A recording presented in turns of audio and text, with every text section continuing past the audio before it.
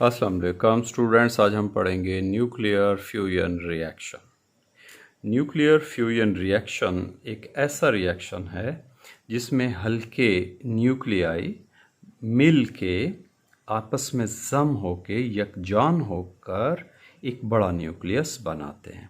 कितना बड़ा न्यूक्लियस कि उसका मास नंबर 50 से कम होना चाहिए।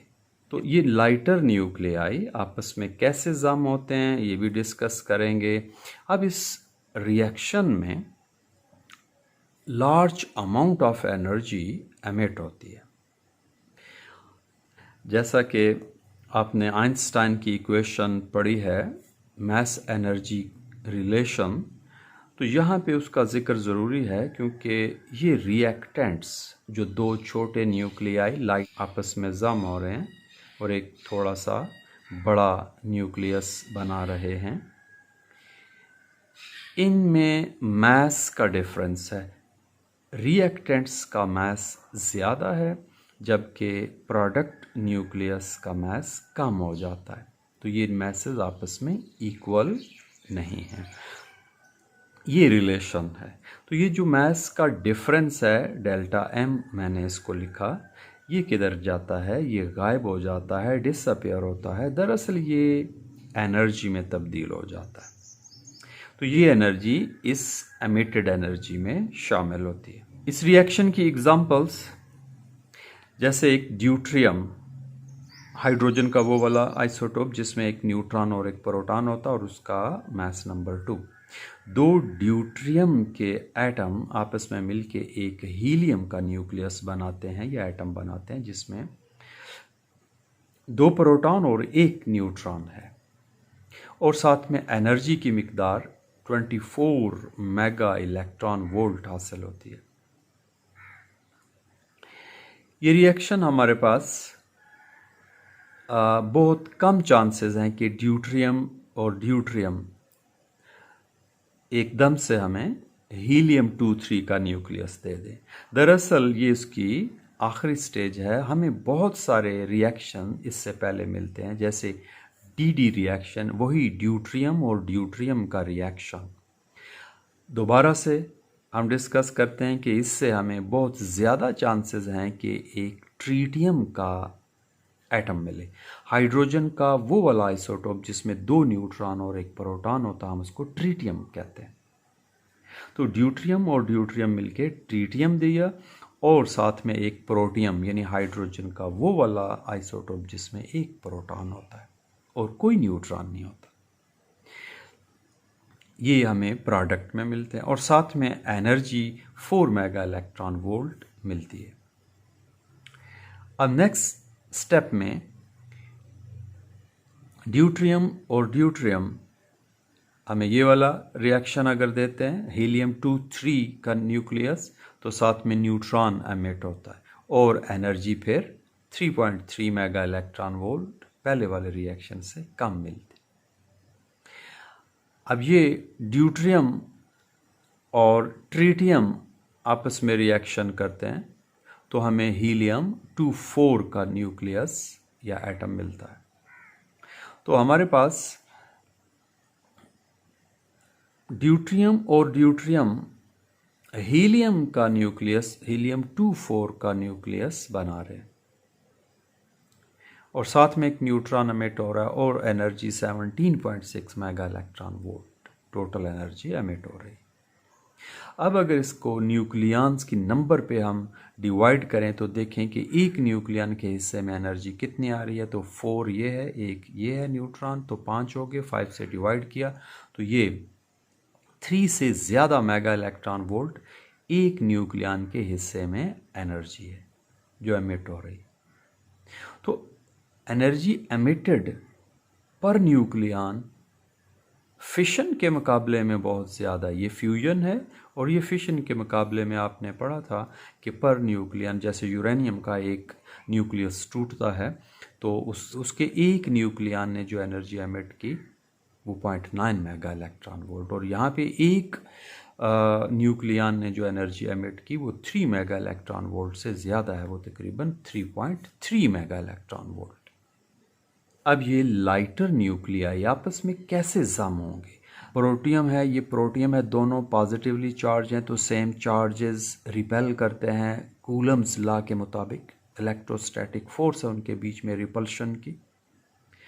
तो इन चार्जेस को कैसे जम कराना है कि वो मिल के एक ड्यूट्रियम का या ट्रीटियम का एटम बना दें, या ट्रीटियम प्रोटियम से मिल के हीलियम का न्यूक्लियस बना दे, तो उनको करीब लाना है। ये इलेक्ट्रोस्टैटिक रिपल्शन के ऊपर कैसे ओवरकम किया जाए, तो इसके लिए हमें एक्सटर्नली वर्क डन करना पड़ेगा, यानी एनर्जी मुहैया करना पड़ेगी और फिर जाके ये रिएक्शन होगा। अब ये एनर्जी जो हम मुहैया करते हैं, फिशन में ऐसा कुछ भी नहीं है। फिशन का प्रोसेस जो है न्यूट्रॉन के एक बम्बार्डमेंट से ही फिशन चेन रिएक्शन शुरू हो जाता है।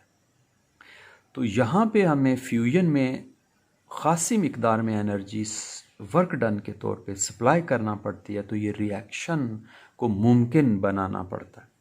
मगर जो एनर्जी फिर एमिट होती है इस फ्यूजन रिएक्शन के नतीजे में, वो फिशन के मुकाबले में बहुत ज़्यादा।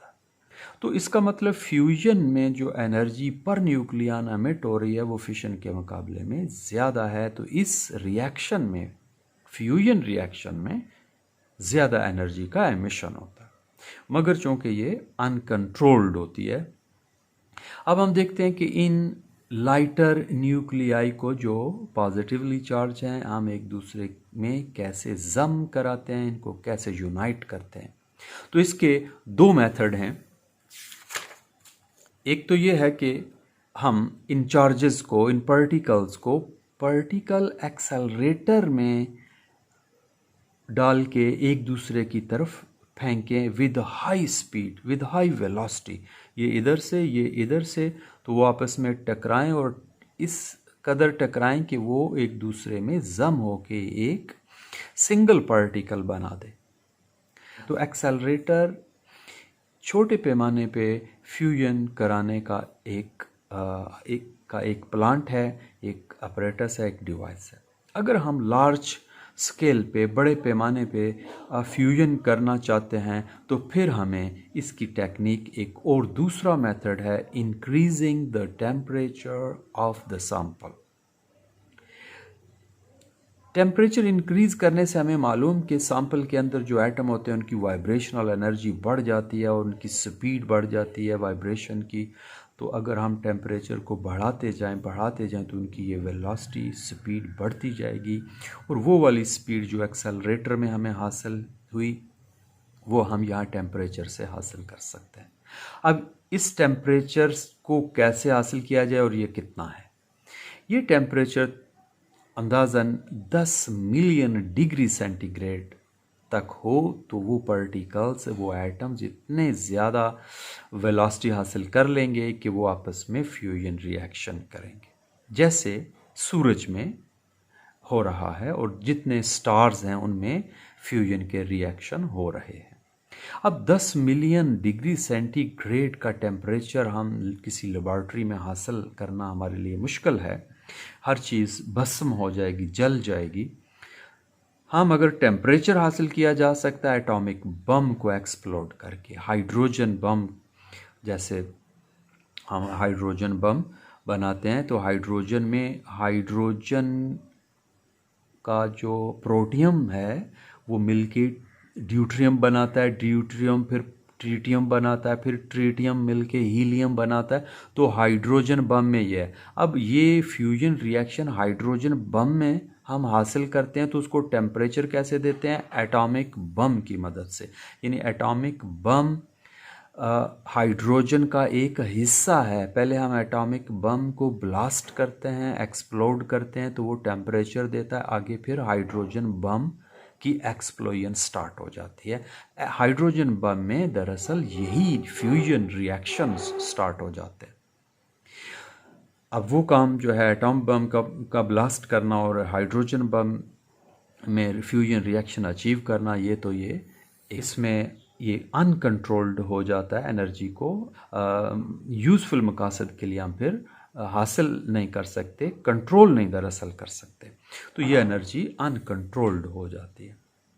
सूरज में जो फ्यूजन रिएक्शंस हो रहे हैं, पहले के इनर कोर का जो टेम्परेचर है वो 20 मिलियन डिग्री सेंटीग्रेड का टेम्परेचर है इनर कोर में। तो वहाँ पे इजीली फ्यूजन रिएक्शन हो रहे हैं, वहाँ पे हाइड्रोजन के रिएक्शंस हो रहे हैं जो हम पहले पढ़ चुके हैं। प्रोटियम प्रोटियम से मिलके फिर प्रोटियम के साथ मिलके ट्रीटियम बनाता है, ट्रीटियम फिर ड्यूट्रियम के साथ मिलके हीलियम 4 न्यूक्लियस बनाता है। तो ये रिएक्शंस दोबारा हम यहाँ पे डिस्कस करेंगे। तो सूरज की सरफेस का जो टेम्परेचर है वो 6000 डिग्री सेंटीग्रेड है सरफेस का टेम्परेचर। तो हमारे पास सूरज के अंदर जो रिएक्शन हो रहे हैं हम उनको PP reaction, protium to protium या प्रोटॉन प्रोटॉन रिएक्शन कह रहे हैं। तो दरअसल हाइड्रोजन का जो न्यूक्लियस है जिसमें न्यूट्रॉन नहीं होते, हम उसको हाइड्रोजन के एटम को प्रोटियम कहते हैं, और उसका वज़न यानी और उसका मैस प्रोटॉन के बराबर होता है। तो इसलिए पीपी रिएक्शन का नाम दिया। तो वो इस तरह से उनकी स्टेजेस हैं कि फर्स्ट रिएक्शन क्या है, पीपी एक प्रोटियम दूसरे प्रोटियम से मिलके एक ड्यूट्रियम देता है जिसमें एक न्यूट्रॉन शामिल हो जाता है, एक पॉजिट्रॉन एमिट होता है, प्रोटॉन से पॉजिट्रॉन एमिट होता है, और वो प्रोटॉन न्यूट्रॉन में तब्दील होकर ड्यूट्रियम के न्यूक्लियस में शामिल हो जाता है। अब ये ड्यूट्रियम एक और प्रोटियम से मिलके, ये प्रोटियम है ये ड्यूट्रियम है, हीलियम 2-3 का न्यूक्लियस बना लेते हैं, और साथ में गैमा रेडिएशन फोटॉन एमिट होते हैं और एनर्जी एमिट होती है हीट की सूरत में। अब ये हीलियम 2-3 का जो न्यूक्लियस है, ये हीलियम 2-3 के साथ मिलके हीलियम 4 बनाता है। 2-4 हीलियम का एक आइसोटोप है जिसमें 2 न्यूट्रॉन और 2 प्रोटॉन, और साथ में 2 प्रोटॉन प्रोटियम हाइड्रोजन के 2 आइसोटोप अलग हो जाते हैं और एनर्जी एमिट होती है। इस पूरे सीरीज में पीपी रिएक्शन में, मतलब ये यहाँ प्रोटॉन प्रोटॉन से मिलके फाइनल जब हीलियम बनाता है तो इसको हम पीपी रिएक्शन कहते हैं, जो 3 स्टेजेस में है।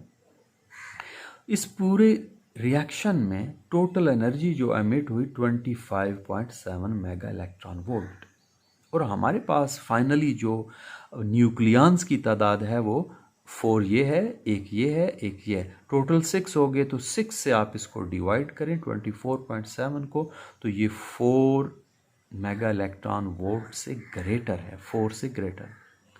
तो कितनी एनर्जी हासिल होती है फ्यूजन रिएक्शन में पर न्यूक्लियॉन। और आज के लिए इतना ही काफ़ी है। अगर कोई चीज़ इसमें से पूछना हो तो आप वीडियो में कमेंट कर सकते हैं। ओके, अल्लाह हाफिज़।